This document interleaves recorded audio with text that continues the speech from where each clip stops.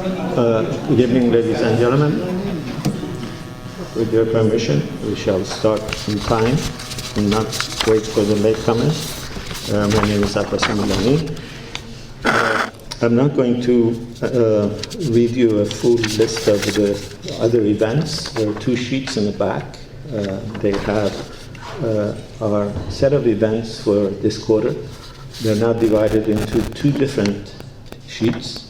One are lectures and play readings, and the other ones are simply plays or films or workshops in theater. They're under the rubric of something that we are just launching called the Stanford Festival of Iranian Arts, and we'll be having a whole array of events, including, as I said, plays, one this Friday in English, one this Saturday in French, in Persian, French to some of you, and Greek to others.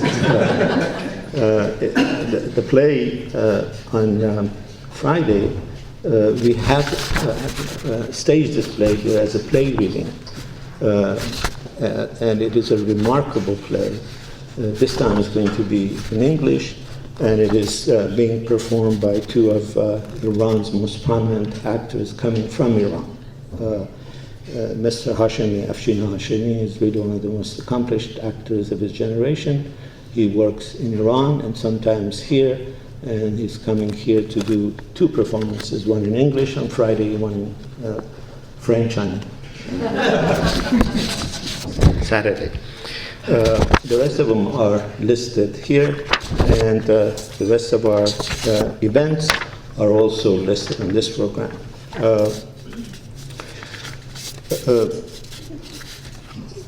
For me to introduce Dick Davis, it's a very difficult thing because there's so much to be said about him, and whatever I say will sound hyperbolic. It's very easy to be hyperbolic about Dick Davis. First of all, in a way, his coming here is his return to us. Dick Davis was the first Bitadariyabari visiting professor of Persian letters. When we launched the Bitadariyabari endowment, the first person we thought should come, the first person that we thought would give the program the kind of heft it needed was Dick Davis. He kindly accepted our invitation, came, and taught a course for us, and we are forever grateful. But Dick Davis is a poet, a scholar, a gentleman, and a man who loves his craft and his art, and who is truly tireless in promoting the best of Persian letters and English letters, I might say. He is an accomplished poet. He is a prize-winning poet in English. I don't think he has yet won any prizes in Persian poetry, but his translations of Persian poetic masterpieces, from Shahnameh to Visiramin to now Hafez to Attar, I think are, in my humble opinion, the best translations of any of these works that we have in English. You know, we think about what someone like Nicholson might have been like when he translated Rumi. I often think, what was a person like Nicholson like? Well, we have someone better than Nicholson here tonight. Someone who has done more than Nicholson. I know this is a very large claim to make, but he has done more than Nicholson to produce some of the best translations of some of the best works of Persian poetry, which are, in my view, some of the best works of literature the world has known. We are fortunate to have a man like Dick Davis interested in and immersed in Persian letters. We should give him an honorary Persian citizenship, and if you accept by acclamation, we declare him from now on Aghaye Akbar Davis.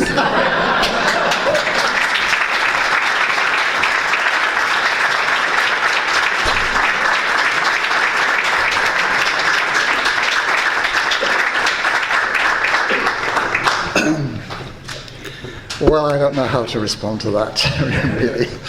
I'm going to be Akbar from now on. That's very nice. Well, that relaxed me somewhat. I always get very nervous at the beginning of a talk. One reason for giving a talk to an audience like this is that I realized that there is always an enormous variation in the amount of knowledge between different people in the audience about the subject I'm talking about. And tonight I'm talking about Hafez, which is like talking about Shakespeare to an English audience. I see that most people here are Iranian, at least in origin. As I say, it's like talking about Shakespeare to an English audience, and imagine one is an Iranian talking about Shakespeare to an English audience. The English audience is going to think we know much more about Shakespeare than he does. So I have a feeling there might be an equivalent situation here. As I say, a lot of people here will know an enormous amount about Hafez. Some people here will know very little about Hafez, and there might even be one or two people who know virtually nothing about Hafez. So just in order to sort of keep everybody together, as it were, and to make sure that we're all on the same page as we go forward, I'm going to say some things at the beginning which might seem very obvious to many of you, but I hope that I get into more meaty stuff quite quickly, and I hope there will be something there for everybody, I hope so, even those who know a great deal about the poet. Now, in the past 5 or 6 years, I've spent quite a lot of time trying to do verse translations of Hafez. I wrote an essay about 10 years ago called On Not Translating Hafez, which in fact achieved some notoriety. I think it's the most best-known essay I've ever written because I got an awful lot of feedback about it. And I set out in that essay the reasons that I thought Hafez was virtually impossible to translate. And of course, having written the essay, I immediately started to try to translate him, with not much success at first. It was very, very tough. It's extraordinarily difficult to translate, as anybody who knows Hafez's work will be aware. It's full of allusions, it's full of ambiguities, it's full of sudden changes of direction, it's full of shifts of register, of tone as the poem goes forward. Hafez is, a friend of mine has put it, he said, Hafez remains always just out of reach, which I think is a very good way of describing one's encounter with Hafez, particularly if you spend a long time in his company, as I've been doing in the past 5 or 6, 7 years. And in fact, I've been fascinated with Hafez since I first got involved with Persian, which is over 30 years ago, but only with some intensity in the last 5, 6 years. He always remains just out of reach. And it's very difficult to translate somebody who's just out of reach.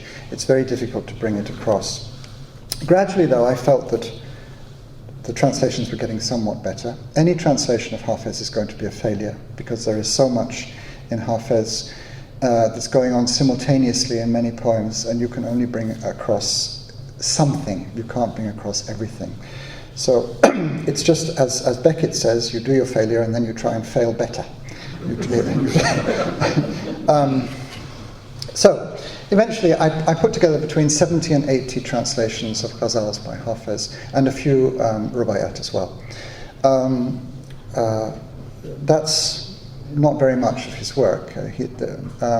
In the Khanlari edition of his poems, which is the usually accepted standard edition nowadays, there are 486 ghazals, so it's about 1/7 or 1/8 of his total output. I have translated many of the most famous poems, but some of the most famous poems really resisted translation, and rather than put an awful translation out, I gave up on them. I've also translated many poems that are much less well known.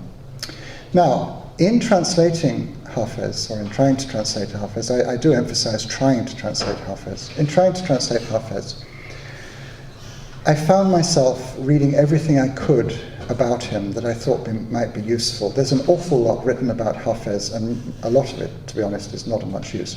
But there is an awful lot written about Hafez that is of a great deal of use. And I found myself reading as much of it as I could in Persian and in English, and also in the other languages, which I can sort of stumble through with a dictionary, which is mainly French and Italian and German with a lot of swearing. So I read as much as I could about him, and I quickly realized something which actually should be obvious, but I think is forgotten about many poets. And paradoxically, the more famous a poet is, the more this tends to be forgotten. which is a poet does not exist in a cultural or poetic or historical vacuum. He comes out of a particular place, he comes out of a particular time, he comes out of a particular poetic moment in which people wrote poems in particular ways. And the more one knows about this place and time and cultural poetic milieu that the poet comes out of, the better one understands his poems, the more clearly one sees what he is doing. As I was translating Hafez, I got very interested in another poet who is a contemporary of Hafez and who almost certainly knew him. I'll talk about that in a minute. You might think that's very unlikely that they knew one another, but as I say, I'll talk about that in a minute. Who is the Princess Jahan Khatun, who was the niece of Hafez's main patron, who was the King Abu Ishaq, who was a king from the Inju dynasty. I'm going to talk about the Inju dynasty in a moment. I started to read Jahan Khatun's poems too, and I almost got sidetracked from Hafez because I got besotted with Jahan Khatun. I got really, really very caught up. She's not a great poet in the way that Hafez is, but she's an extraordinarily interesting poet.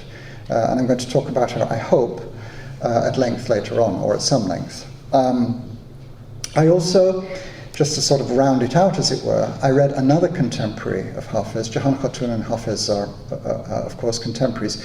Hafez was probably born in 1315. Jahan Khatun, we don't know exactly when she was born, but her parents married in 1324, so probably 1325 is the earliest she could have been reasonably born, assuming she wasn't born out of wedlock, which she certainly wasn't, or we would know about it. So 1325 or to 1330, something like that. She marries in the mid-1340s, but she was probably a teenager when she married. So Hafez and she were contemporaries. Another contemporary of theirs was Ubayd Zalkhani, who was born in 1300, and who was also in Shiraz at the same time, and Hafez and Ubayd certainly knew each other. And they have quite a lot in common, although one might not think so superficially, but they do. And I realized that by reading Ubayd and Jahan Khatun, I was giving Hafez a poetic context. That is, I was seeing the kind of poetry that other people living in the same society at the same time in the same place were writing. And this throws into relief Hafez's own poetry. It makes you realize that there are things in Hafez which you might think are specific to Hafez, but then you realize, no, everybody who was writing at that time was saying this kind of thing. It's not specifically Hafez, it's in Jahan Khatun, it's in Ubayd, it's in Khaju, who is a slightly older poet, also their contemporary too, born towards the end of the 13th century, he lived till, I think, 1353. So he dies sort of in the middle of Hafez's life. Hafez died in 1389. So there's a lot of Khaju in Hafez, or there's a lot of echoes of Khaju in Hafez's poetry. So you have Khaju, you have Jahan Khatun, you have Ubayd. Where you find common motifs in all these poets, you can see that that's not a specifically Hafezian thing. It's something that was sort of around at the time. And then you can find the opposite too. You can think, a moment in Hafez, you can think, well, this just belongs to the time. But then you find that no other poet says that kind of thing. And then you have found something that is specific to Hafez, or that seems to be specific to Hafez. So reading the other poets of his period was a great help to me in trying to get hold of what Hafez is very hard to get hold of, in trying to get hold of what Hafez is really like, what he's doing, what he's saying, and that kind of thing. Now, I'm going to... and the analogy of Shakespeare kept coming to me. Shakespeare, of course, he's an utterly different kind of poet from Hafez, but he's similar in his reception, in that he is seen as the great poet of the language, as it were, and he is seen as a poet who everybody knows a bit about. Any Englishman or Englishwoman who's remotely interested in literature, even very, very remotely, can probably quote you a line or two of Shakespeare, even if it's only to be or not to be, or but soft what light through yonder window breaks. In the same way that every Iranian can quote you poems by Hafez or a bait or two by Hafez, even if they're not particularly interested in literature. Now, when people watch Shakespeare plays in England now, if they don't have any background in Elizabethan English, they miss an awful lot. And also they tend to watch the plays as if they are modern plays, which is a natural thing to do, of course. Not everybody can know everything about Tudor England, which goes into Shakespeare's plays. But just to give a very small example, I'm not going to spend a long time on this because it's Hafez we're talking about, not Shakespeare, but to make an analogy. In The Merchant of Venice is about a Jew in England. People tend to watch The Merchant of Venice now in a post-Holocaust way, because it's about a Jew. This is completely inappropriate to Elizabethan England, but it's how people will naturally watch The Merchant of Venice. Similarly, Othello is about a man from Africa who is among white people. People tend to see Othello in terms of modern racial conflict, either within the United States or in Europe. Again, it's quite inappropriate to what the play is actually doing. I'll give you one more example, The Taming of the Shrew, which is about a man wooing a woman who is a shrew, that is, somebody who is fierce and angry and bad-tempered and so on and so forth, and he tames her. Now, this play is always seen now when it's performed as it's performed in a way that comments on or is informed by feminism. It's a natural thing to do, but it's also irrelevant to Tudor England. Now, I found that in reading Hafez, people who are not literary critics or literary historians, of course most of us aren't, and why should we be? There's lots of other things to do in the world, thank goodness. I mean, if everybody were, I'd be out of a job, so I'm glad everybody isn't. On the other hand, people will read Hafez and they will read him as if he is a modern poet. And this really, when you get to know the 14th century and the history and the milieu, the literary milieu of Shiraz in the 14th century, it does distort Hafez. It does. Well, of course you can say, well, the poems will bear this interpretation in the same way that you can say The Taming of the Shrew will bear a feminist interpretation. That's fine. But what you are doing is extrapolating into a modern idiom, something that belongs to another time. If you're really going to get at Shakespeare, if you're really going to get at Hafez, you have to know something about the time. So, I'm going to throw quite a lot of information at you, and I made notes, and I thought, my God, there's far too much there for one talk. So, I'm going to give you a list of the sort of categories I'm going to talk about. First, I'm going to talk about the history of the period when Hafez was writing, because this is very important. The history is let me backtrack slightly. Hafez is a court poet, as most poets, of course, of the period were, though not all poets. Attar is a poet who wasn't a court poet, for example. Nezami wasn't a court poet, but most poets were. Hafez is a court poet. He's extremely interested in what happens at the court. A lot of his poems refer directly to things happening at the court. They refer directly to his king, or his kings, because he was a poet under more than one king. They refer to political events which, in fact, the overthrow of one of these kings, Hafez's favourite patron, Abu Ishaq, was overthrown when Hafez was about 40 years old. And a new dynasty came in and ruled Shiraz at that time. That's all reflected in Hafez's poetry. The guy who came in the new dynasty, he was a completely different kind of king from Abu Ishaq, and that had an enormous effect on the poetic life of the city, and it had an enormous effect on Hafez's poetry. So all these things, the history is important. I'm going to talk about the history first. Then I'm going to talk about, I'm going to talk about the question of Sufism in Hafez's poetry. Is Hafez a Sufi poet or isn't he? Now the consensus is that he is. I'm going to question that. I'm not going to say he isn't. I'm going to problematize it and I hope nuance it. Then I'm going to talk about something that you might think is very trivial, but is in fact something that Hafez, or two things in fact, they're related. Two things that Hafez talks about obsessively in poem after poem after poem. And these are wine and music. I'm going to talk about wine and music as they occur in Hafez's poetry and how we should interpret them. Then I'm going to talk about the commentaries on Hafez. I'm not going to say much about this, but the commentaries on Hafez, because Hafez, there's a paradox. Most poets who become very popular in their own lifetime are fairly easy to understand.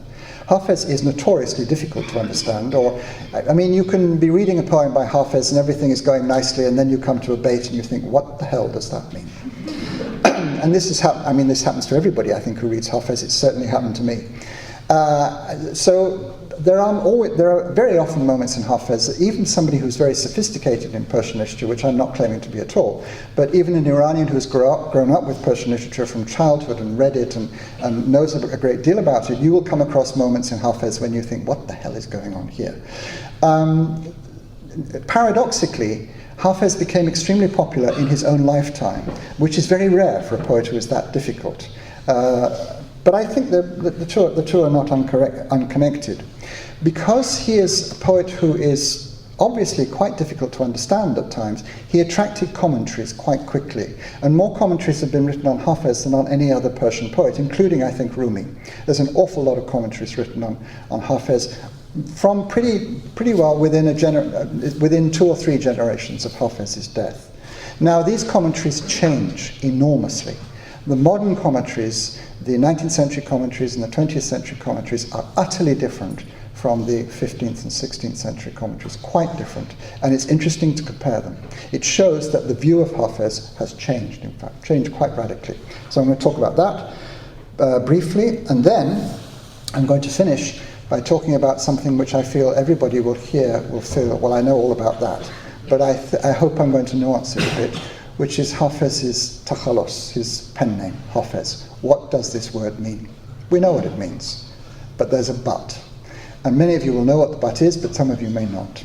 So that's the... How long should I talk? Where's Abbas disappeared to? Abbas is here. Well, there you are. I'm sorry, I beg your pardon. Don't you Akbar al-Ghabi. Cham Okay, well, till about 1:30 or a little beyond 1:30? Is that, okay. And there are, please, I forgot to mention, there are copies of the books, and he doesn't know it, but he has agreed to sign them. I'm always very happy to sign my books. I'm going to sign it Akbar al-Ghabi, right? Okay. The history. I'm going to start with the history. And then after I talk about Hafez, I'm going to talk a little bit about Jahan Khatun. I'm not going to talk about Ubayd Zarqani because everybody knows about Ubayd. I'll talk a tiny bit about Ubayd. I'll talk about Ubayd actually as I'm talking about the history. Now, we're talking about the 14th century in Shiraz. Hafez is born probably in 1315. If you look up books about Hafez or articles about Hafez, the date given is often 1325. That date has been revised fairly recently in the past 30 or 40 years or so, and the consensus of scholarship, this is not my scholarship, this is not the kind of scholarship I do, but the consensus of scholarship of literary historians is that he was probably born in 1315. He died in 1389 or 1390, that date is fairly certain. So we're talking about 14th century Shiraz. The 14th century in Shiraz was an extraordinarily violent time. Let me give you one very brief example. I've got to find these dates in among my awful notes. Yes, between 1339 and 1344, so when Hafez was sort of around 20, as it were, in his late teens, between 1339 and 1344, there were 8 changes of government in Shiraz and Fars. That is, the Fars was ruled by the ruler of Shiraz, the ruler of Shiraz being the capital of Fars, and the whole of Fars was ruled by the ruler. There were 8 changes of government in 5 years, and every time there was a change of government, blood ran in the palaces and often in the streets too. So it was an extremely violent period to be living through. This has its effect on all 3 of the poets who are in the book, which Abbas, Professor Milani, my friend who calls me Akbar Agha, just mentioned. All 3 of them, that is Hafez, Jahan Khatun and Ubayd, this violence is reflected in their poetries in different ways. 2 families are particularly important for understanding the historical milieu in which Hafez's poetry was written. These are the Inju family and the family of Mubarez al-Din, who was the king, or the warlord in fact, who made himself king. He was a kind of piratical thug, but he made himself king, who defeated the Inju dynasty and killed all the males in it. Jahan Khatun was very nearly killed too. She was a female of that dynasty, but she was spared. She was imprisoned and then exiled, but she wasn't killed. She has a poem, which I hope I have time to read, at least in my translation, in which, an extraordinary poem, it could almost be a modern poem, in which she describes herself imprisoned, she says, in a school, more ruined even than my heart, she says the school is. It's a very moving poem. She describes herself as imprisoned in this school, and in the next room, the people who have captured her are discussing what to do with her. It's an extraordinary poem. It could be a modern poem. And it's so specific in a way that medieval poems very rarely are. I'll read that poem later. So Jahan Khatun was certainly affected by the violence of the times and by the change of government, which destroyed her own family, the Inju family.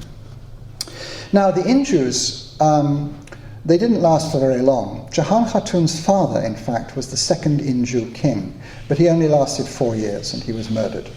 And then a couple of years later, Jahan Khatun's father, who was called Masood Shah, Masood Shah was murdered, and then a couple of years later, his younger brother murdered the murderer and became king of Shiraz. So Jahan Khatun's uncle became king of Shiraz. And this was Abu Ishaq, who was the major patron of Hafez.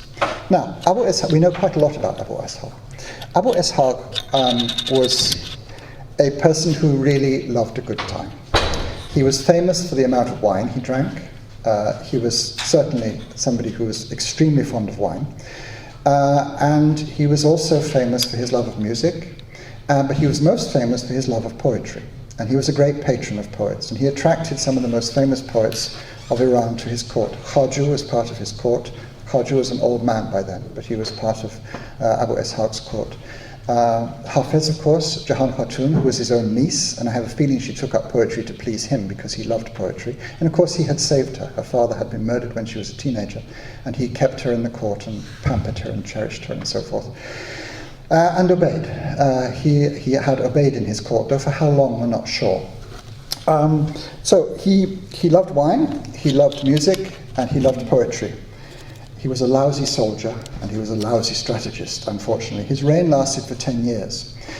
Reading Hafez, or even reading Jahan Khatun or Obaid, but reading Hafez especially, you feel that his reign had lasted forever, because Hafez talks about him so often and so warmly and with such affection. But Hafez's most touching poems about him were written after he had died. There are a number of poems in which Hafez remembers him and regrets his death. In fact, I'll read one of them, or a bit of one of them. I'm not going to read the whole thing. My notes are a mess. 58, I think it is.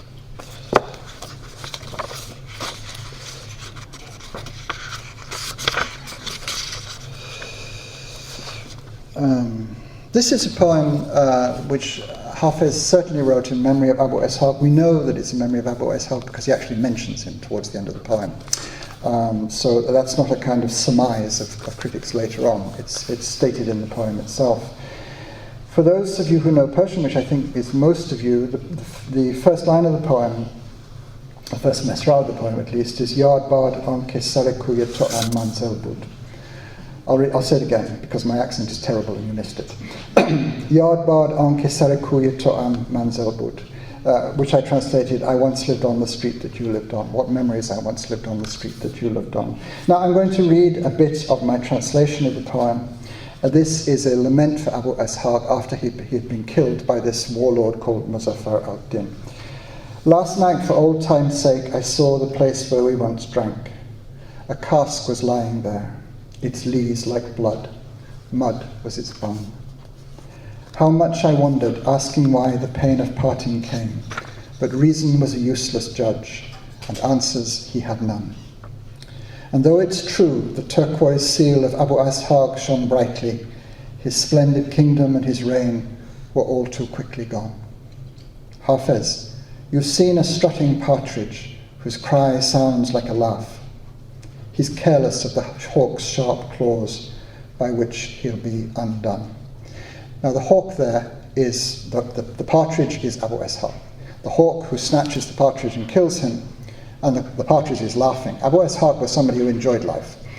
His cry sounds like a laugh. The hawk snatches the partridge, and the hawk is Mubarak al-Din. Interestingly enough, Obaid Zarqani also has a wonderful poem. It's one of his best poems, I think, and it's one of the few poems that isn't obscene, thank God. Obaid also has a wonderful lament for Abu Ishaq, in which, again, he uses this bird imagery, and he talks about the nightingales of Abu Ishaq's garden, by which he means the poets of his court. And he says that all these nightingales are gone now, and in their place is a harsh black crow, who is Mubarak al-Din. So the historical circumstances which these poets lived in had a great effect on the poems. there's the specific event of the Inju's loss of power, but there is also the fact of, I said that there were 8 revolutions in 5 years, or 8 changes of government in 5 years in Shiraz in one particular period. There is also this sense of the immense instability of human affairs, which is, it's a commonplace in Persian medieval poetry, but it's particularly strong in the poets of Shiraz in the 14th century, because it was an extremely turbulent time in Shiraz. It was a very violent time, and anybody who got power could lose it very quickly. The Inju family were interesting. Iran had been conquered in the previous century by the Mongols, of course, and the ruling families of Iran, the Mongols didn't really unify the country. Different parts of the Mongol families went off and ruled different parts of Iran. The Injus were part Mongol, but they married with the previous conquerors of Iran, who were Seljuks. So they were part Mongol and part Seljuk, and those two families, those two tribes, also intermarried with the local Persian aristocracy. So they were part Mongol, part Seljuk, and part Persian. They were a real hybrid dynasty, and they were not unlike other dynasties in Iran at this time. One of the things about the Injus, and this is important for Jahan Khatun, for the princess, and also it makes a difference, I think, to how we read some of Hafez's poetry. One of the things about the Injus was that they were seen by other dynasties at the time as remarkably lax in terms of their sort of keeping up with the moral norms of Islam, particularly in their attitude towards women. I think this is a heritage of their Mongol and Seljuk background. The Mongols and the Seljuks were originally nomads before they came to Iran. And nomadic peoples do not, or very rarely, have the gender roles distinct in the way that they are in settled peoples. And because the gender roles, in a nomadic society, you can't seclude women. Women have to do everything, because they have to be on them. You can't have half the women not doing anything and sort of secluded away and just doing the cooking or whatever it is. They have to be there to look after the flocks, to do everything that the men do, and they pretty well do in nomadic societies. This means that in nomadic societies there doesn't tend to be this very strong, and this is still true in the tribal parts of Iran now. The women are much more out there in the society than in the settled parts of Iran in many cases, or in the more traditional settled parts of Iran, in the more traditional cities, in the more old-fashioned, quotation mark, cities, we could say. It's still true. Now, the inheritance of the Injus in this way meant that women, for example, took part in court life. They were not secluded from court life, as they were in most Islamic courts at this time. Jahan Khatun was taught to read and write, which was extraordinarily rare for a woman at this time, but she was taught to read and write as a child. This, too, I think, comes from this sense that what men do, women can do too.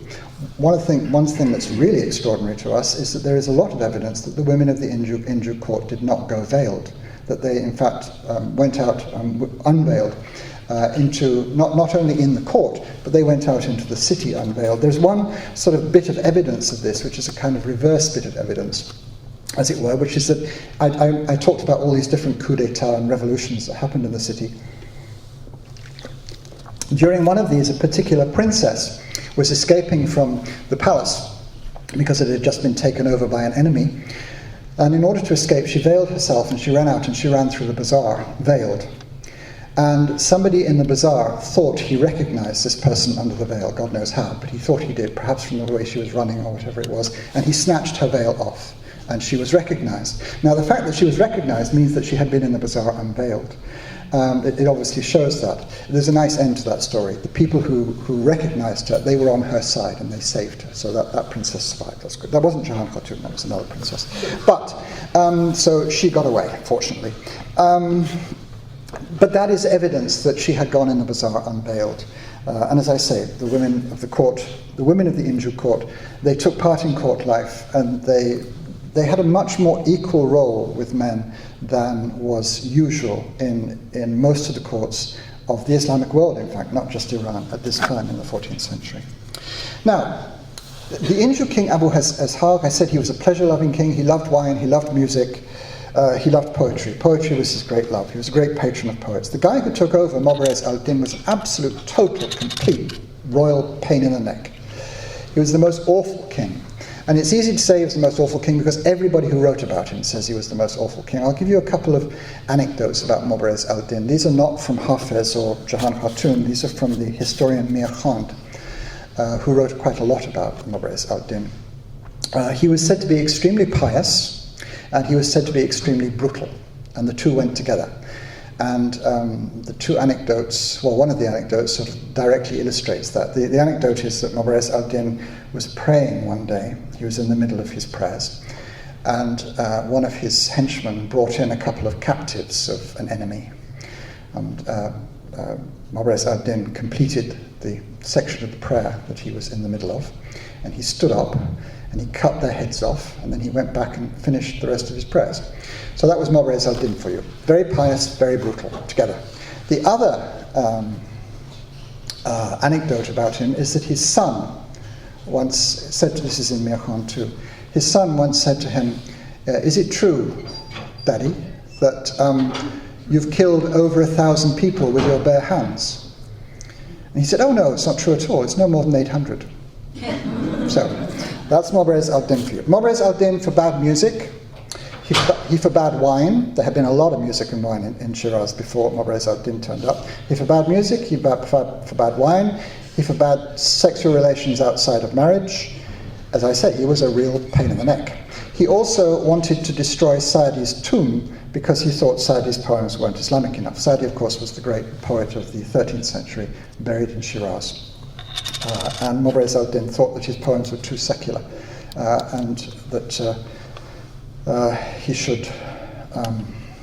his tomb should be destroyed.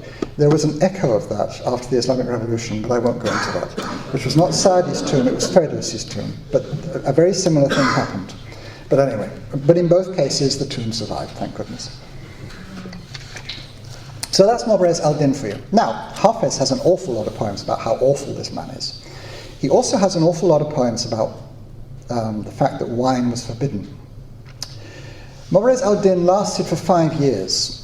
And the Shirazis, perhaps because of the injuries, perhaps just because Shiraz has always been like this, it has the most fabulous climate, as everybody knows, it's very beautiful. It's always been a city which has enjoyed sensual pleasures, as it were. It doesn't hold back from having a good time. It's always had this reputation. Really since it's existed, and that reputation still survives to an extent despite the Islamic Revolution. And the Shirazis were completely contemptuous of Mobarez al-Din, though they were extremely afraid of him too. And their nickname for him was Muhtaseb, which I translated as the morals officer. Originally, the Muhtaseb was the person who went round the bazaar seeing that the weights and measures were true weights and measures in the bazaar, and the people any merchants who had cheating weights and measures, for example, could be punished by the Muhtaseb. But later on, the Muhtaseb just became the person who went around regulating everybody's morals, a bit like those people in Iran now who go around telling women that they're showing too much hair at the front and they should pull their veil down and so forth, that they shouldn't have nail varnish on and that kind of thing. The Shirazis referred to him as the Muhtaseb, the morals officer, which is an indication of their contempt for him. And Hafez quite often uses the word Muhtaseb, always in a derogatory way. He never uses it in a positive way, and it's virtually certain that he's always referring to Mobarez al-Din when he does this. The story about the Muhtaseb beginning as the person who regulates weights and, good heavens, rates, weights and measures, it reminds me of the joke. It's one of the first jokes I heard when I went to Iran, of this little boy who gets a job as an apprentice at a carpet store, and he's terribly pleased. It's his first day, and he's very pleased. He wants to do well, and he's sitting at the back of the carpet store, and this customer comes in, and the carpet dealer starts talking to the customer, and the customer shouts out to him. He shouts out, Akbar, we'll call him Akbar. He shouts out to him, Akbar, go and fetch me the measuring rod. It would be a rod then, rather than a tape. And Akbar shouts back, do you want the selling measuring rod or the buying measuring rod? That's what the Muhtaseb was originally for. Now, I was going to give much more about history, but I think we've got enough to have set the scene, as it were. Ubayd al-Zarqani and Hafez both left Shiraz whilst Mubarez al-Din was king. He only lasted 5 years. His son, believe it or not, Shah Shuja, his son became called, his son, even his son, got fed up with this extremely brutal rule, this extremely repressive rule. No wine, no music, no fun, no anything. Just lots and lots of prayers and killing. And his son led a coup against his father, had him blinded, and sent him off to Bam, near Kerman, which is where Mubarez al-Din's sort of base was, and he died in prison. And Shah Shuja ruled almost until Hafez died. So Shah Shuja had a much longer time as ruler than his father had done, and he seems to have been somebody who was very keen to reverse these very draconian anti-pleasure laws of his father, and he invited the poets who had left Shiraz. Hafez seems to have gone to Baghdad. There is one poem by Hafez in which he talks about Isfahan. He talks about the river, the Zayandirud, and he talks about Karan, a garden near Isfahan. So he may have gone to Isfahan as well at this time. Hafez certainly visited Isfahan at some point. And of course, Hafez has a couple of poems about missing Shiraz, being away from Shiraz, about being a traveller. But Hafez and Ubaid both came back, and Jahan Khatun, who had been imprisoned and then exiled, she too seems to have come back. And Jahan Khatun has in fact one qasideh in praise of Shah Shuja, extraordinarily enough. But she obviously made her peace with him, and she seems to have lived in Shiraz for the rest of her life and died there. She probably died in her 60s. Okay, that's enough of the sort of history background, I think. Now, in talking about I talked about Abu Ishaq's love of wine. Hafez was a court poet. He wrote his poems for the court. This is important. When you have a court poet, court art tends to reflect the taste of the king. Obviously, the king is the patron. The king is going to pay you. If you don't produce things that the king likes, you're not going to get any money. So you produce things that the king likes. We tend to think, I don't want to spend too long on this, it'll take forever, but we tend to think of poetry as self-expression. This is not how the medieval period saw poetry at all. Poetry in the medieval period was a craft. Now, there might be self-expression in there accidentally, as it were, but it wasn't the point of poetry. Poetry was something which, it was like making a piece of jewelry, or it was like weaving a beautiful piece of brocade, and which is actually referred to in some poems. It's compared to that. It's compared to weaving. There's a lovely metaphor for medieval poetry in the introduction to Ayuki's Varghi Shah, in which he says that the poet is like the woman, the mashate, the woman who adorns a bride when she gets married. That is, who does her hair and makes her face up and does her eyebrows and makes her look as beautiful as possible. That is the poet's job, to take a subject and make it as beautiful as possible. Now, the mashate, the woman who does this, or the weaver of a brocade, or the maker of a piece of jewelry, they're not into self-expression, and neither was the poet. Now, there may be self-expression there as well, but it's not the purpose of the poem. The purpose of the poem is to make something beautiful. Who judges whether it's beautiful or not? The person who's paying for it judges. Now, Hafez was employed by Abu Ishaq. We know what Abu Ishaq was like. Hafez's poems would have to please Abu Ishaq. If Hafez wasn't drinking at this court, he was the only person who wasn't drinking at this court, which I think is extraordinarily unlikely. Therefore, I'm segueing into talking about Sufism now. Therefore, my feeling is that when Hafez talks about wine, he usually really means wine. There are often overtones of Sufism. There is often a kind of glance at Sufism. There is a kind of punning reference to Sufism. But the basic meaning, I think, is the literal meaning. Now, again, I'm going to have to talk historically for a moment. Not about the particular moment of Shiraz's cultural milieu, but about how the present looks at the past, or how later generations look at the past. There's a wonderful remark by the English scholar classical scholar and poet A.E. Housman, which is, I'm retired now, but when I was a professor, I always used to give this remark to every class I ever taught, which is, every generation believes that its own prejudices are a habitation built for everlasting. That is, every generation believes that we have got the world right, finally, and everybody else before has got it wrong. You only have to think of political correctness now. We finally got it right. Everybody before us was wrong, we've got it right. Now, every generation believes that. Now, I don't want to take too long on this because it's very complicated and it's only tangential to what we're talking about, but it does have a bearing on how much Sufism there is in Hafez's poetry.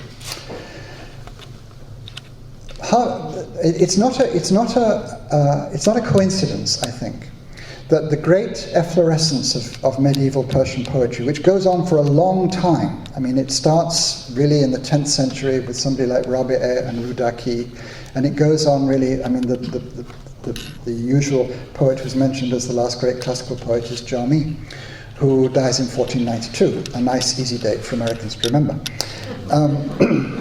So it goes on for a long time. It's 500 years. But it virtually stops after that. When does it stop? It stops with the Safavids. It stops when Iran becomes a Shia country. Now, I don't think this is a coincidence. Of course, there still was poetry written, but there was never poetry of that level. There was never poetry. The intellectual energy of Iran stopped going into poetry in the way that it had done so before. This is not a criticism of Shiism, of course, far be it. What I mean, far from me to say something like that. What I mean is that the intellectual atmosphere of Iran changed radically and suddenly. And the country became extremely self-consciously pious in a way that it hadn't been before. And you can see this everywhere. It's in everything. It's in all the writing. It's in the architecture. It's in everything. The country gives itself to piety in a way that it hadn't done before. Now, of course, there had been a great deal of piety in Iran before, but piety had been one way of living among many others. The Safavids were almost the first dynasty since the pre-Islamic dynasties who united the whole country under one rule, which meant that there weren't different ways of living in different places, which there had been before. And Shiraz was one of those places where there was a great deal of kind of cultural difference and cultural variety and so on and so forth. The Safavids, I use the word, they had one could use the word totalitarian, one could use the word absolutist. Let's say absolutist. They had an absolutist view of the country. This is how the country will be, everybody will believe this, and if you don't believe it, you're in trouble. So there was this shift towards a very self-conscious, rather aggressive piety. But then there was all this very unpious poetry from beforehand. So how does one deal with this? How does one appropriate this? Because the poetry was much loved. It's part of the Iranian identity. It's basic to what Iran feels itself is culturally. Poetry is tremendously important. But so much of it seems so secular. So, what happened in fact was something, I'm going to use another analogy, I talked about Shakespeare at the beginning. My analogy here is what happened to Homer's works when Greece became Christian. When Greece became Christian, we're talking about the Byzantine Empire, so I'm talking about sort of 4th, 5th, 6th centuries, around that time. When Greece became Christian, when the Byzantine Empire became Christian, there was this awful problem of what to do with all these pre-Christian poets. And all these gods, these pre-Christian gods, there was sort of Jupiter and Zeus, and Zeus and Jupiter are the same person, but all these Apollo and Dionysus, and what do you do with all this stuff, which we don't believe in anymore? It's all terrible. What happened, for example, to the Odyssey, which is a poem about sort of this piratical old sea captain going around the Mediterranean because he's lost and can't find his way home, and finally finding his way home after a war. The Odyssey became interpreted as the voyage of the soul through life until it gets home, that is, to God. It's the voyage. So the Odyssey, which is this extremely secular poem, became an allegorical poem about the journey of the soul to God. And in that way, Christians could read it. I think what happened with poets like Hafez and other poets too, but especially with Hafez, Hafez to me is a very secular poet who plays with the idea of Sufism, but I don't believe he's a Sufi at all. In fact, Hafez mentions the word Sufi quite often, which is one reason I think that people have said, oh, well, there's lots of Sufism in poetry. But if you actually read what he says about Sufism, almost every time he mentions it, he condemns it. He very, very rarely says it's a good thing. He almost always says they're bloody hypocrites, along with a lot of other people too. The notion that Hafez is a Sufi, I think, was a way of keeping this very secular poetry in a very pious society. That is, saying to oneself, this is still poetry that we can read and love, because when it talks about wine and the beloved, it's really talking about the love of God and the intoxications of irfan, of mysticism, and so on and so forth. Now, Hafez encourages you to do this because he plays with those notions. Those notions are dotted about in his poems. But my feeling is that Hafez is an extremely sophisticated, clever poet. And sophisticated, clever poets, they play with, they're ludic poets. They're poets who enjoy playing with rhetorical strategies. And Sufism, I think, in Hafez is largely a rhetorical strategy. I don't think it is a matter of personal belief. Now, that doesn't mean that there's no religious feeling in Hafez. There's an awful lot of religious feeling in Hafez. But it is very inspecific. And in fact, whenever anybody wants to sort of go for dogma, Hafez says, I'm not going there with you. He goes off somewhere else. One of the things that Sufi poetry does is it says, I mean, if you look at a Sufi poet like Attar or a Sufi poet like Rumi or Iraqi, these Sufi poets, they say that there is one truth which trumps everything else, and you have to devote your life to this truth. Hafez constantly says, we cannot know what the truth is. Hafez constantly says, not this, perhaps this, no that, not that. That is, Hafez constantly cuts the ground from under the notion that there is one truth. His poems slip from, they slide, as it were, from insight to insight. They never stay focused on one thing. This is very different from the poems of Attar or Rumi or Iraqi, for example, three poets who are undoubtedly Sufi and put all their energy into Sufism and propagating Sufism. Hafez doesn't do that. My own feeling is that the Sufism of Hafez is something that has been read into the poetry later on, largely. As I say, Hafez flirts with Sufism. He talks about Sufism, almost always negatively, as I said.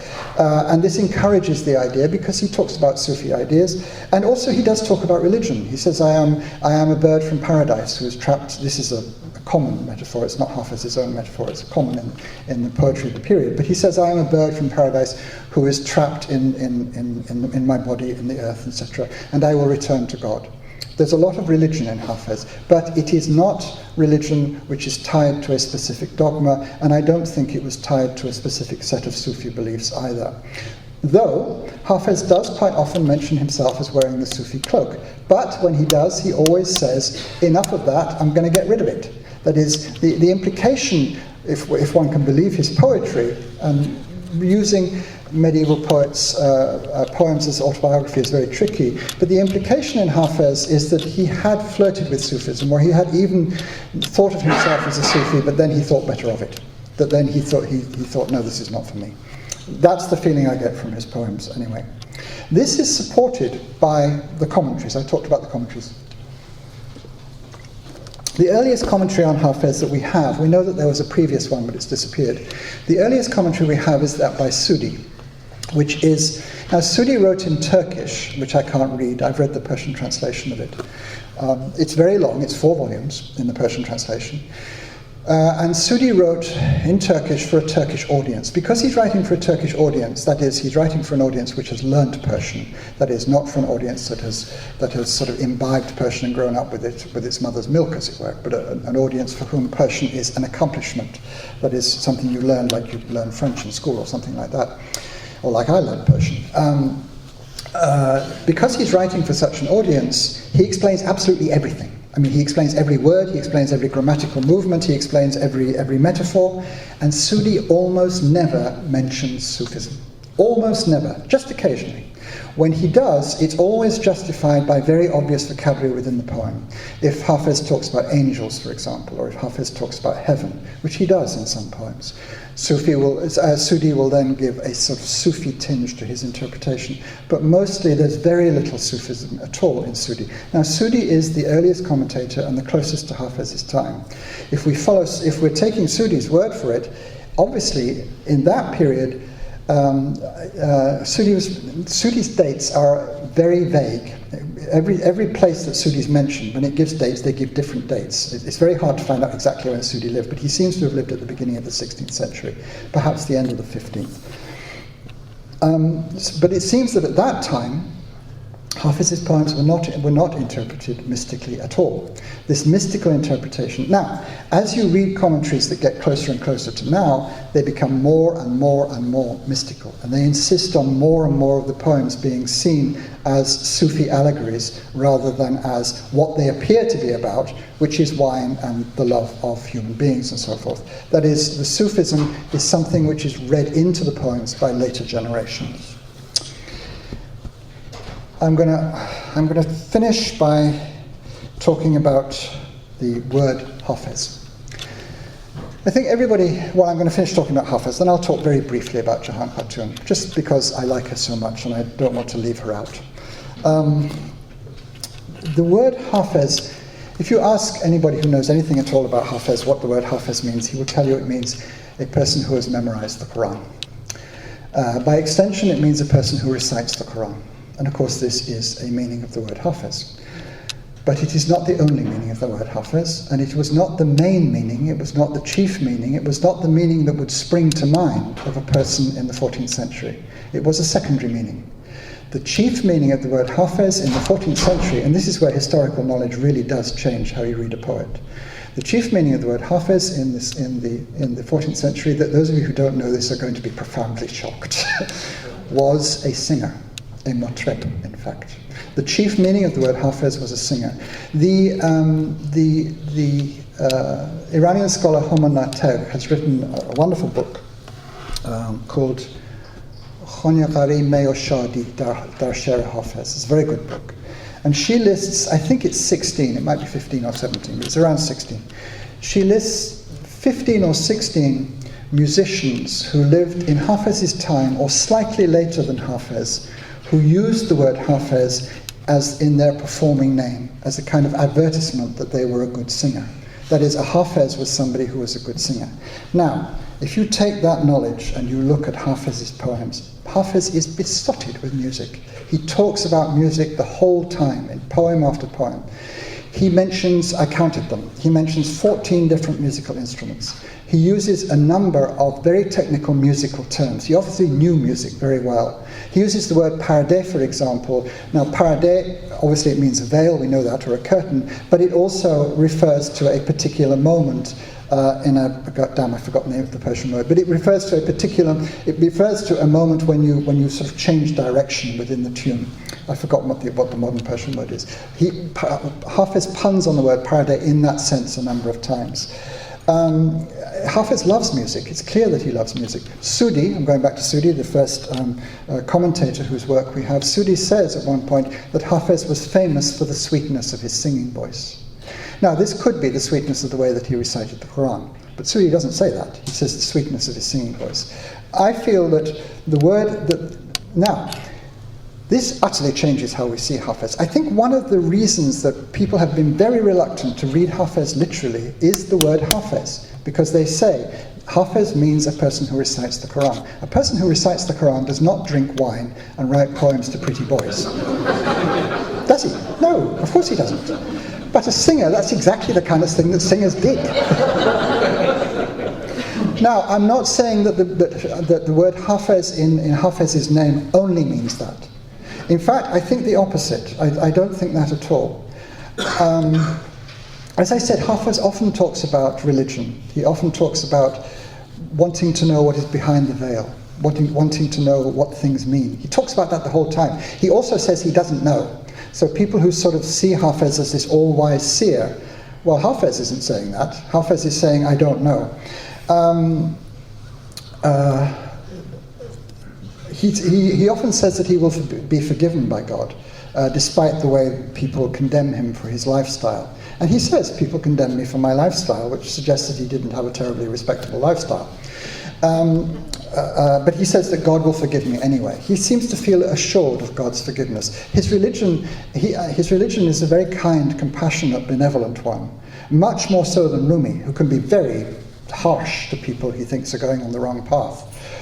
Much more so than most people who present themselves as religious poets before Hafez. Hafez's religion is extremely welcoming and compassionate. And Hafez says explicitly that Jews and Christians and Magians, that is Zoroastrians, they can get to God too, as well as Muslims. He says that. Rumi doesn't say that. Rumi sometimes skirts saying that, but Rumi has anti-Jewish anecdotes, he has anti-Christian anecdotes, and so on and so forth. Rumi is a lot less sort of latitudinarian, whatever religion you want, than a lot of people think he is. If you actually read the Masnavi, there's quite a lot of a lot of other people in the Masnavi. Though Rumi's, I'm not knocking Rumi. Rumi's a great poet. What I'm saying is that Hafez is a much more open poet religiously than Rumi is, which he certainly is. So I don't discount the religious meaning of the word Hafez, but nor do I discount the secular meaning. In fact, I virtually feel that the reason Hafez chose this takhalos, this pen name, was that both meanings are there in it. And both meanings, which is exactly what his poetry is like, both meanings are in his poetry. The spiritual is in his poetry, and the secular is in his poetry. And that word, Hafez, it had a spiritual meaning in Hafez's time, and it had a secular meaning. And that, I feel, is the main reason that he chose that word, because it went both ways, as it were. And his poetry incorporates both the spiritual and the secular. And his poetry is a kind of way of bringing those two together, in the way that the word Hafez brings those two together. Enough about Hafez. Perhaps... No, I'll stop altogether. Let me just say, read Jahan Khatun. She's the most fantastic poet. She's almost unknown. I've said to so many people who do Persian in the past 7 or 8 years, who do Persian stuff, they say to me, what are you working on? I say, I'm translating the poems of Jahan Khatun. Who? I'll say a tiny bit about her. She's the only, thank you. As far as I know, she's the only woman poet from before the 19th century whose complete divan has come down to us. It's over 1,400 poems. It's a big divan. It was unpublished until 1995.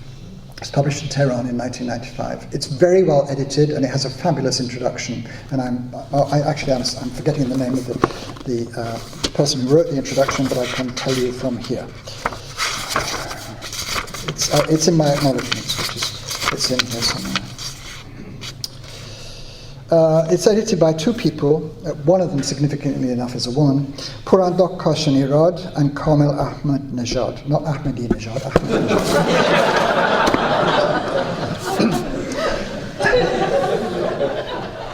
Oh, Akbar. Well, she's the only woman whose complete divan has come down to us from before the 19th century.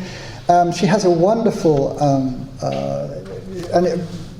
something which is rare for any poet at all, never mind a woman poet, her complete divan. She has a preface to the divan in which she talks about the circumstances in which she became a poet. She says that she held back from writing poetry for 2 reasons. One, she thought that it was improper for a woman to write poetry. It was immodest, that women didn't write poetry.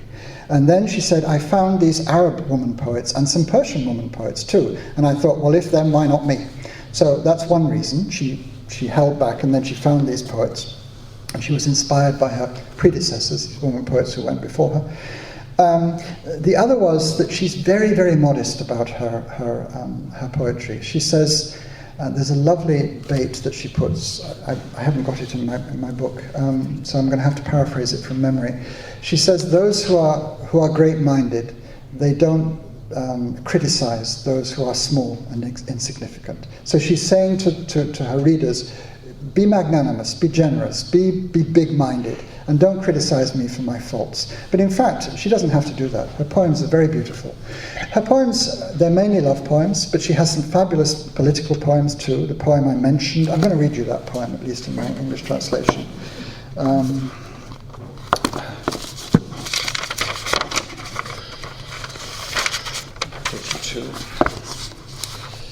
most of her poems are love poems, if we can believe, and it's very difficult to believe poets, medieval poets as to autobiography, but they're virtually all very sad love poems. We know who she was married to, and I have a feeling it was an awful marriage. Not the specifics of her poems. I mean, they're often very, very conventional, extremely conventional. They've got all the kind of whole kit and caboodle of Persian medieval love poetry, nightingales and cypress trees and roses and the whole lot. It's all there. But just occasionally she will say something which you think, wow, I haven't seen that before in a ghazal. For example, she has one ghazal in which she's talking to her lover, and she says, when you're with me, you're either drunk or you're asleep. Now, that you don't get that in a ghazal. Drunk, she says that. She says, usually you're not with me at all, and when you do come, you're drunk or you're asleep. What good is that to me? She says that in one of her poems. So you do get the impression that things were not that great in her marriage.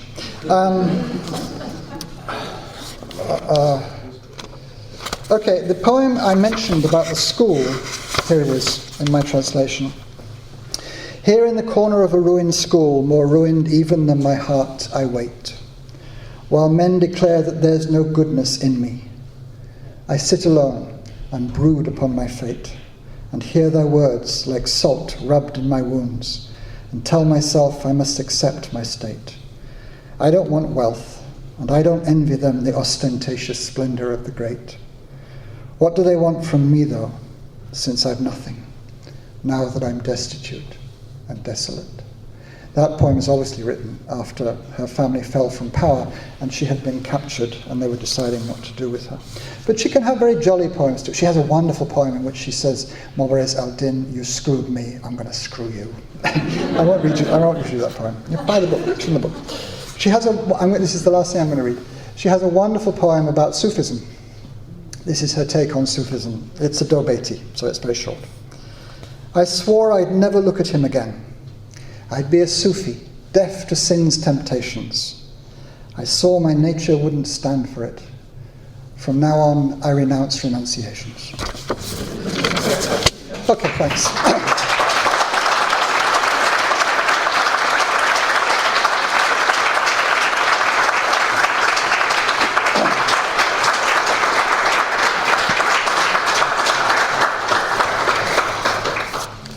For all the Sufis in the room, I apologize, but there. Okay, any questions for Akbar? Yes. Thank you very much for all wonderful things that you taught us tonight. Oh, please. Especially, I'd like to appreciate the fact that you shed light on the notion of time when you talk about Hafez, because I believe that's something that's been greatly neglected. Anyways, I'd like to ask you a question, if you want to say, what ghazal of Hafez did you find most difficult to translate? Well, the ghazals that I found really difficult, I gave up on. So I can't really remember, to be honest. I thought you were going to say something like, which ghazals did you find the most beautiful or the most attractive? I mean, I could answer that easily. But the ones that were really hard, well, I don't know, I'm suppressing them, I guess, but I couldn't give you them. I tend to remember the ones that I was able to translate because I worked on them for a long time. I mean, the poems I couldn't translate, and there were a lot, I'm not saying which one you couldn't translate, I say which one did you find kind of difficult to translate, or most difficult to translate? Well, you've been successful at that. No, fail better, as I say. I don't know, the ones I translated,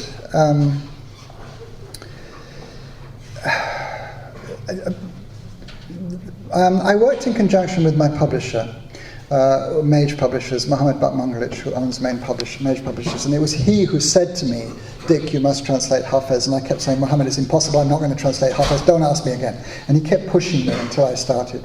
Now, there are a number of poems that he asked me specifically to translate, including some very famous poems by Hafez, which were extremely difficult, but because he asked me, I translated them. I mean, the poem that starts off with the Arabic line, which I can never remember, but then Ke'eshk Asun Namud Aval Baliaftar Mashkalha. That poem is easy at the beginning and it's easy at the end, but the middle of that poem is absolutely hard to translate. That's really hard. The middle of that poem is very hard to translate. That was a hard poem. The poem about the wonderful poems, it's a very beautiful poem, it's one of Hafez's most beautiful poems.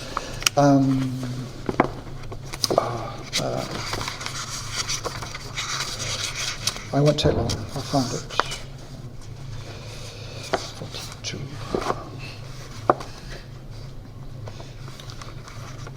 I'm not saying this poem is difficult to translate, but I kept going back to it and redoing parts of it. It was difficult, actually, because there's so much information in it. It's a very famous poem. It's Salha Daily Telegraph Jam as Marmikard. That poem, it's such a dense poem. There's so much in that poem. And that poem is a poem that really talks about religion in quite deep, profound ways. And it's reasonable to believe that there's more than a trace of Sufism in that poem. I don't say there's no Sufism in Hafez. There obviously is. And there are some poems which are clearly Sufi poems. But for me, they are far outweighed by the poems that are clearly secular poems. And then there are a lot of poems which can be read both ways. And I think that's deliberate. You can read them either as Sufi or secular. And to say that they are only Sufi seems to me a mistake. They're meant to be both. You're meant to be able to read them either way. But that poem, which my translation begins, for years my heart inquired of me where Jamshid's sacred cup might be, and what was in its own possession it asked from strangers constantly, begging the pearl that slipped its shell from lost souls wandering by the sea. I worked on that poem a long time. I think it came out okay, but there are some poems in here that I don't look at them. Any other questions? Yes, please. Yeah. I would like to thank you for such a wonderful talk. Thank you. And I'm curious to know if you can quantify how many percent of the meaning, the abstract meaning of a poem is lost in translation. How long have we got? Well, it depends a lot on the poet, you know. Each poet presents his or her own problems, and some poets are easier to translate than others. For example, Ferdowsi. Ferdowsi very rarely says two things at once. He tends to say one thing at a time, and he says it very strongly and very clearly. For this reason, Ferdowsi, as long as you understand all the words, and Ferdowsi has a relatively small vocabulary, so learning that, which is usual in epic poets tend to have quite small vocabularies. Translating Ferdowsi at a basic level is not that difficult. What's difficult in Ferdowsi is the tone, because there is not a tradition of heroic poetry in English, so there is not a heroic rhetoric to hand in English which you can apply to Ferdowsi. So getting the tone right is the difficulty in Ferdowsi. But getting the meaning right is not difficult, usually. I mean, occasionally there are moments where you feel what... But usually... and usually you can resolve those moments. You read what other people have written about it, you look in Dekhoda and so on and so forth, and you say that's what it means, and then you can translate it. But that's Ferdowsi. But Hafez is almost the opposite extreme. I mean, Hafez is a poet who is constantly saying at least two things at the same time, and sometimes more than two things. He's constantly alluding. He alludes to other poets. He alludes to Iranian history a lot. When Ferdowsi, for example, mentions a king, he will give you the context, he will tell you the story, you know all about the king. Hafez will just say Siavash and move on. And he doesn't tell you anything about Siavash, and you have to understand what Siavash means. Now, how does one convey that? How does one bring that across? That's a very simple example. Jahan Khatun, for example, is a poet who's relatively easy to translate. Her poetry is quite like Saadi's poetry, and in fact she mentions Saadi in one of her poems as her Ostad. Not literally, I don't think, but it couldn't have been because he was dead before she was born. But she obviously imitates Saadi. Now, in the same way that Saadi's ghazals, the language is very pure and clear and limpid. Now, that's what Jahan Khatun is aiming for, which means that her language is fairly transparent. It's not hard to see what Jahan Khatun is saying. And she too, like Ferdowsi, but a very different kind of poet, she says one thing at a time. So Jahan Khatun is not hard to translate, really, in many ways. Again, with Jahan Khatun, it's getting the tone right. It's a very feminine tone, which for a man is tricky. And there's a kind of aristocratic gentleness there, which is quite hard to hit. But, you know, getting the actual meaning is not hard. A poet, the first translation I did, which I did with my wife, Afgham Darbandi, we did it together, was the translation of the Mantaghater of Attar. Now that, I mean, I wonder at my own idiocy in taking that as the first thing I translated from Persian, because it is an extraordinarily difficult poem to translate, and I couldn't have done it without my wife. We did it together. And after that she said, "You're on your own, Dick," you know. But that, Attar, the tone is not hard, because Attar's tone is always clear, and the kind of feeling of the poem is not hard, but the intricacies of the mystical message are quite difficult to bring across in Attar. And we spent a lot of time making sure we had that as right as we could. I hope that, I mean, my basic answer is it depends on the poet. Some poems you lose a lot. Hafez you lose a lot. Some poets you lose relatively little. Jahan Khatun you lose relatively little, I think. Yes? Yes? What evidence did you come across to say certainty that Hafez and Obaid knew each other? Since they never mention each other in the poets, in the poems, although they did.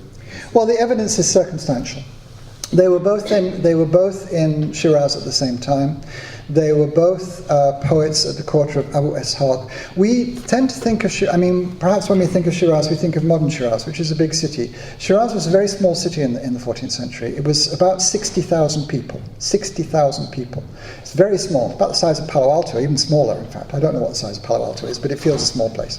But Shiraz and the surrounding villages, which were ruled by Shiraz, it was about 200,000 people in all. These are not my figures. These are figures of historians who studied it and so forth. Now, 60,000 people, you have two poets who are both very famous. They're both at the same court.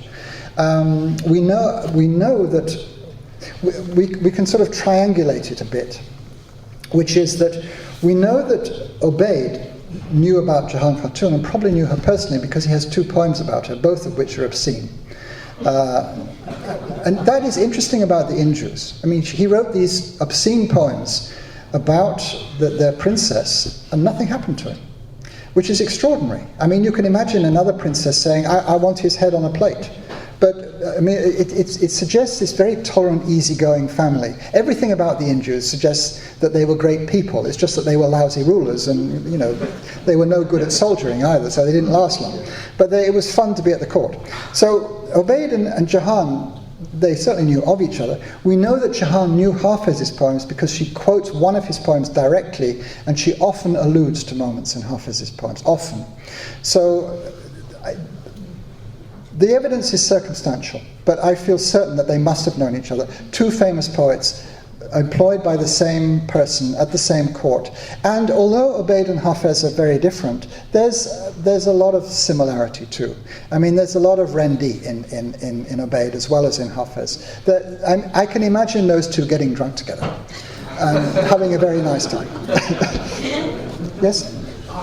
You mentioned the king would pay the court boy. Mm-hmm.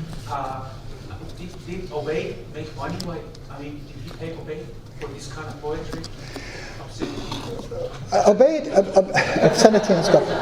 Obaid wrote other poems besides his obscene poems. And, I mean, he wrote quite a few Hasideh, praising kings and that kind of thing. He wrote the standard stuff as well. It's just that everybody wrote that stuff, so we don't remember him for that. What we remember him for is the thing that he did much better than anybody else, which was write really dirty poems. Because there is the most wonderful, and there's a poet who comes who's just after Obaid and Hafez and so on and so forth, called Boshaq, who wrote poems about cooking. He's a poet who writes about food, cooking, and he's a funny poet. And he has a prose work, and in his prose work he talks about himself and Obaid. And he says that it's a lovely passage. This, he says, the house of poetry. There is a house of poetry, and many different poets have built different rooms in this house. But when we looked at the house, we saw that the house had no lavatory and it had no kitchen. And Obaid has built the lavatory, and I have built the kitchen. What was the Thank you. George was illuminating here. Thank you. For us, as a reader of Hafez, what tools you can actually elaborate that we see the world through the eye of a 13th century or 14th century person, not a 21st century person? Yeah. Besides history. Well, it's very hard. One of the first things I think to do, which is very hard for us, it's something I mentioned in passing, which is that our notion of poetry is self-expression, and this was not the medieval notion of poetry. Poetry was a craft. It was the making of something beautiful which would please the person who had paid for it. Now, because it's in language, because it's in words, it says things as well, and those things we can take as self-expression or not. But an enormous amount of Persian medieval poetry is conventional. An enormous amount of it is conventional. I mean, there are very few poets who bother to make up their own metaphors. This is not a criticism at all. It's just the way the poetry is. And the skill, it's like, for example, I use the analogy of jewelry. When you make a ring or a brooch or a belt buckle or something like that, there aren't that many different ways you can do it. Your skill is in using the conventions and using everybody uses the same jewels. Everybody uses emeralds and diamonds and gold and so. Everybody uses the same jewels. Everybody uses the same metaphors, and everybody produces the same kind of thing. Your skill is in the disposition of stuff which is already there. It's not stuff which you bring out of the depths of your own psyche, which is how we tend to think of poetry now. So I think the biggest jump is to appreciate that. Then you have the feeling, well, why should I be interested in this? If it's not self-expression, why should I be interested in it? But, as I tried to indicate with Jahan Khatun, despite the conventionality of it, you keep getting glimpses of the person through the conventionality. It's a bit like fashion. I mean, fashion in clothes, for example. Everybody in this room is wearing clothes which we see belong to this time. Nobody's wearing 18th century clothes, for example. Nobody's wearing 19th century clothes. We're all subscribing to the fashion. But within the fashion, there are lots of little things that mark off this person from that person, and that person has a much better fashion sense than that person. That person looks really elegant and lovely in her clothes, and that person looks a bit of a frump. So you can say the same thing in the poems. The fashion, the artificiality, the set of conventions which everybody accepts, that goes across the board in medieval poetry. But within that fashion, you can still see individuality, the individuality of sort of skill and flair and an understanding of what works aesthetically. That's the big jump, I would say. Yes? What do we know about Hafez's skill in reading other languages, particularly Arabic? And do you think he may have been influenced by Arabic poetry? That's a very interesting question. I think the shorter answer is we don't know anything except the evidence of the poems. And from the evidence of the poems, Hafez uses quite a lot of Arabic in his poems. And he doesn't use Arabic with grammatical mistakes like some people do. And my guess is that Hafez actually knew Arabic fairly well. Also, I mean, if the meaning of Hafez, if one of the meanings of Hafez is a reciter of the Quran, I tend to believe that Hafez was not a reciter of the Quran. For one thing, he makes fun of reciters of the Quran. He says they're all hypocrites. Perhaps he was saying I'm a hypocrite too, but I mean, if he says reciters of the Quran are hypocrites, that doesn't suggest that it's his profession. But anyway, the very fact that he uses an Arabic word as his takhalos suggests that he knows Arabic to some extent. And my impression from Hafez is that he knew Arabic very well. I really doubt that he knew Turkish, but he might have done. It's possible. There were Turkish speakers in Shiraz at that period. And Hafez is a very open poet. He's a poet who's obviously interested in cultural difference and that kind of thing. In that way, he's a modern poet. He feels like a modern poet. He's not a poet who's narrow. He's not a focused poet. He's an open poet. He says, keep your heart open, keep your mind open. He says that. He says, keep your mind open like a glass. He's talking about a glass of wine, not like the flagon which you stopper. Not like the flagon which the wine is in, which you stop it. You don't want your heart to be like that. You want to be open. So I think Hafez was interested in other cultures, and it wouldn't surprise me if he hadn't learned some Turkish too.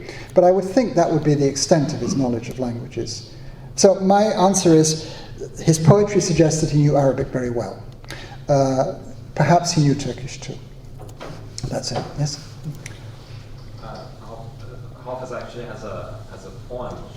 One of verses says that he شنیدم خوشتر از شعر تو حافظ به قرآنی که در سینه داری. That is, yes. So, and that may be the reason. The question is, why shouldn't we take him literally here? I am not sure that poem is actually canonical, but we can look. I'm not sure that poem is in Khanlari, but it might be. And I'm not saying that Hafez is. I'm not saying that meaning is not there in Hafez. I'm saying the other meaning is there as well. I deliberately said I think both meanings are there in the name. I was going to say something else to your question, but it's gone out of my head. Perhaps it'll come. I want to return your own question. Sure. Which ghazal did you enjoy most? The ghazal that I remember reading and just being completely floored by, because it seems so beautiful. And that was actually the ghazal I thought, I've got to try and translate this stuff. It's so beautiful. And I looked for English translations, and the ones that existed were dreadful. Is the Yusefa Gomgashte Baz Ayat Bakana. That is such a fantastically beautiful poem. And there are a lot of poems by Hafez. I mean, that's one of them. But Yari Andar Kasnimi Bina, Yaran Rocheshot, that's a gorgeous poem. Derakte Dusti Ben Sham, that's a wonderful poem. There are lots of them. There's so many beautiful poems by Hafez. Yes? Do you have any sense of how he got his education, how he got to be so insightful in the knowledge of his time? To be honest, no. He's obviously very educated. I mean, his poetry is full of his education. In that way, I mean, Saadi, for example, we know that Saadi was an extremely well-educated person, and that's apparent from his prose. But Saadi's poetry does not display education. His ghazals, for example, they're not, I mean, I'm not saying that they're the ghazals of an ignorant man, but they don't display a lot of knowledge, whereas Hafez's do. There's a lot of references. Hafez clearly knew a great deal about Iran's history, and it was difficult to know about Iran's history at that time. You know, Iran's history was a mystery to most people. But Hafez clearly knew something about Iran's history. He clearly knew the Shahnameh very well. He quite often alludes to figures in the Shahnameh. I'm pretty certain he knew Arabic well. Hafez is clearly a well-rounded person in terms of his education. I don't think he received a theological education. Because his take on theology is one of disgust usually. He's not into it at all. And he really doesn't like theologians. I mean, he sees them as hypocrites.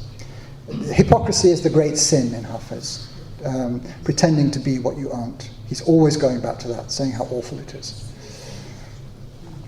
Yes? Thank you for sharing with us your insights on the meaning of Hafez and regards to Sufism. Thank you. Hafez and the great poets, they tended to enter a poetic state before they could utter poetry. Mm-hmm. So it seemed like it was not at will, at immediate will. Mm. So my question is, when you try to translate these, do their poems induce in you a poetic state from which then you utter new poetry?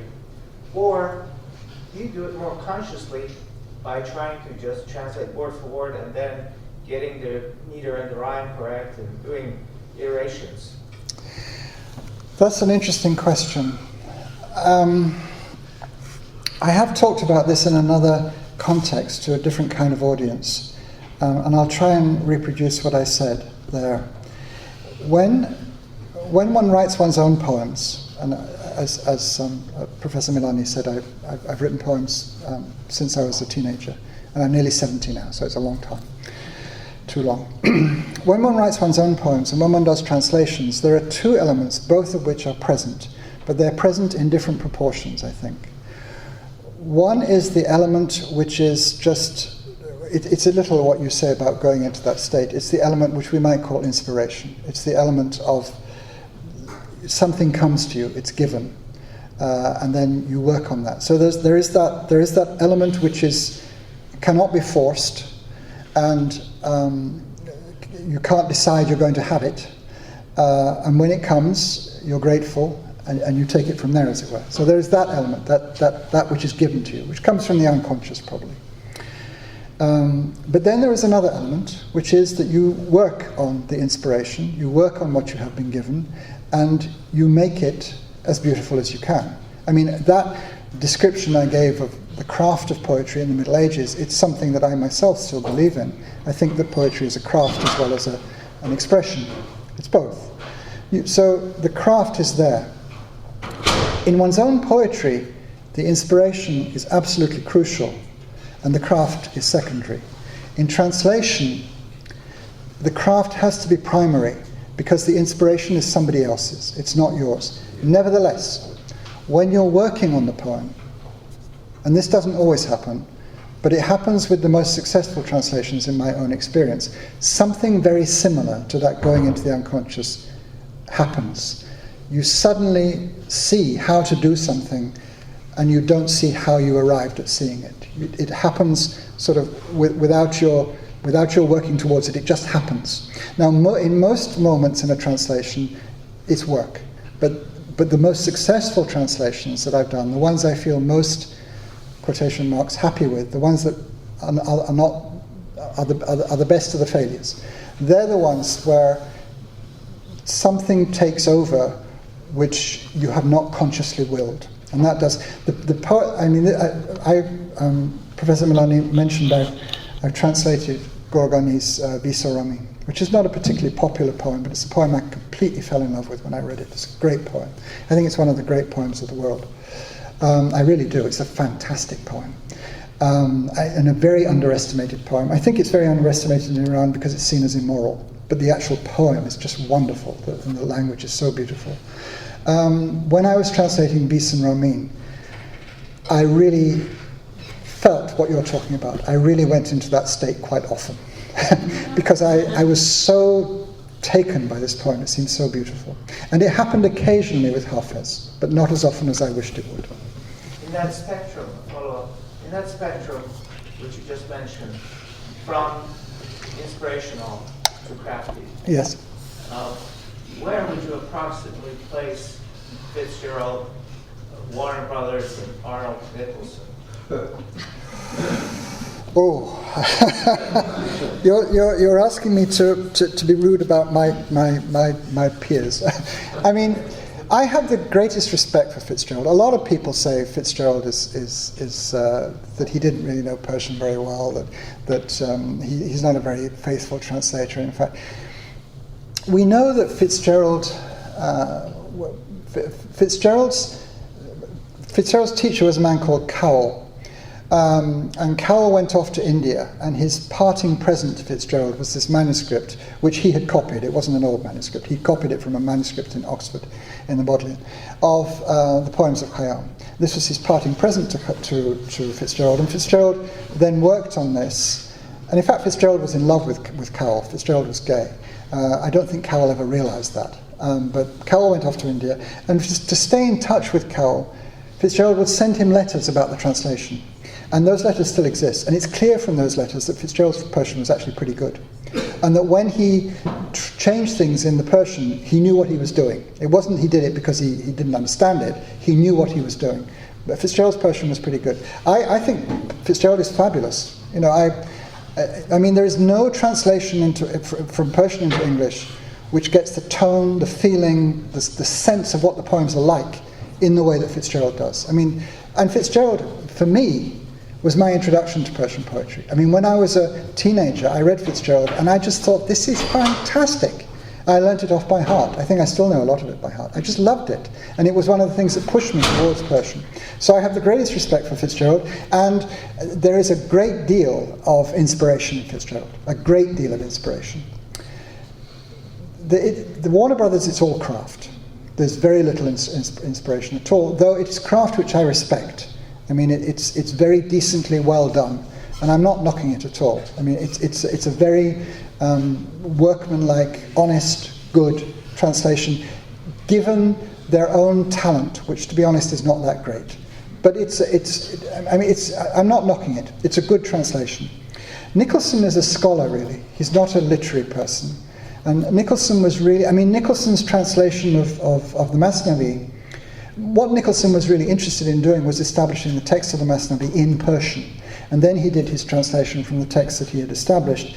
And sometimes, I mean, there's a famous remark about the poet Robert Browning, who translated Aeschylus's Agamemnon, and it was notoriously obscure English. And one of the reviewers said, Aeschylus's Greek is sometimes of great help in understanding Mr. Browning's English. And similarly, Rumi's Persian is sometimes of great help in understanding Nicholson's English. That is, it's so close to the Persian that it's almost not English at times. Yes? What is your advice for someone who wants to start with Hafez? Is it to just dive in to Iran, or maybe learn history of that era first to be able to see things through Hafez's eyes? That's kind of to build on that down. No, I mean, I would dive in. But it's difficult. But I would dive in. I mean, just dive in. I mean, if you want to, I mean, are you Iranian? I'm sorry. Yes. Well, then you're Persian. Just dive in. I mean, you don't need me to tell you this. There's a wonderful story about the tenor Franco Corelli, and oh damn, I'm forgetting his name. There was an American tenor. Whose name I'm forgetting, which spoils the anecdote. But I'm forgetting this American tenor's name.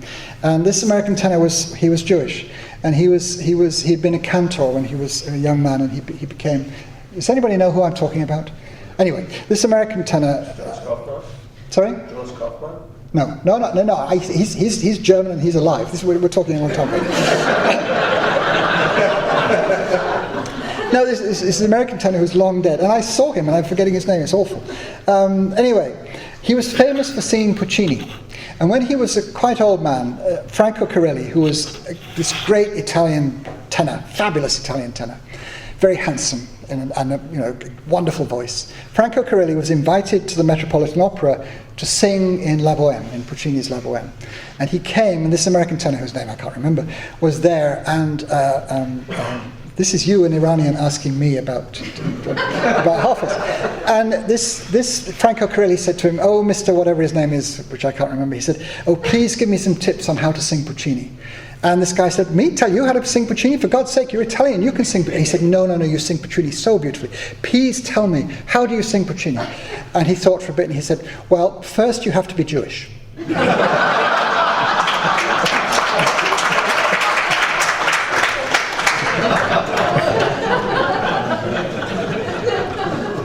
So first you have to be a Brit, okay? Yes?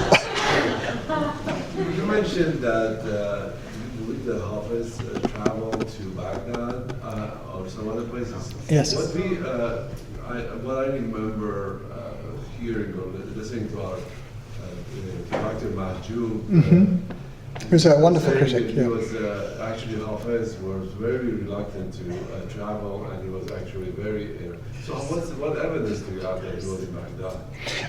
He says in one poem, which is obviously about Mubarez al-Din's takeover of Shiraz. He says at the end of the poem, things are so awful here, I better go somewhere else. And he mentions two places that he might go to. One is Tabriz and one is Baghdad. He actually mentions those two places. Now, the ruler of Baghdad at that time was a man called Sultan Ovais. And Sultan Ovais became one of Hafez's patrons, and Hafez quite often mentions him in his poems. So that's the suggestion that perhaps he went to Baghdad and worked under Sultan, became a poet for Sultan Ovais. But that's the only. We know that Hafez left Shiraz at least once. There is the poem about Isfahan, and also there are a number of poems, 3 or 4 poems, in which he talks about being a stranger. There's that wonderful poem about. It's one of the poems I couldn't translate. Actually, I tried and I couldn't get it. About being a stranger and saying your prayers at night and knowing that there's nobody around. I can't remember the Persian. So we know that he did leave Shiraz, and it's almost certain he left Shiraz when Mubarez al-Din took over, because he has a lot of poems about how awful Mubarez al-Din is, and if he'd written those poems in Shiraz, he would have had his head cut off, because that's the kind of thing Mubarez al-Din did. So he almost certainly left Shiraz when Mubarez al-Din was ruling, and The evidence that he went to Isfahan is in that particular poem. The evidence that he went to Baghdad is the presence of Sultan Owais in his poems, and Baghdad was where Sultan Owais ruled. That's all. Sure. One more question. Anybody? Yes? The question of inspiration, or maybe a change or transformation, has been brought up. Perhaps Hafez alluded to that in some of his poems. Yes, he does. Is there evidence for that? Is this real? Have you found a trend that changes direction of tone in his poetry? This is an interesting question. We don't, as everybody I think here will know, we don't know which poems were written by Hafez. Some of them we can date to probably the time that Mubarak al-Din took over. The poems which talk about closing the wine shops. And then there's a couple of poems about opening the wine shops, which happened under Shah Shujah. So those poems we can fix in time. But other poems we can't. There are poems which seem to be fairly unequivocally very religious and perhaps mystical. And perhaps we can apply the word Sufi to them. But then there are a number of poems, as I said, in which he talks with contempt about Sufis and Sufism. He says they're all hypocrites. And he tells himself to get rid of the Sufi cloak. He does that in a couple of poems. I'm going to get rid of this. It's not me. I'm faking it. He says, underneath, I'm not a Sufi. My impression is that the religious, and this is almost the opposite of what you get with a lot of poets, like an English poet like John Donne, for example, who wrote lots of very sexy poems, and then he got closer to death and he thought, better have some heavenly poems. I know a lovely little rhyme about that, but anyway, my impression is that Hafez's religious poems belong to his youth, and that the more secular poems belong to when he was older. But that is purely a personal impression. There's no proof of it. It's just my feeling from the poems. That's all. I believe in that. Oh, okay. Oh, we're together. Great mind.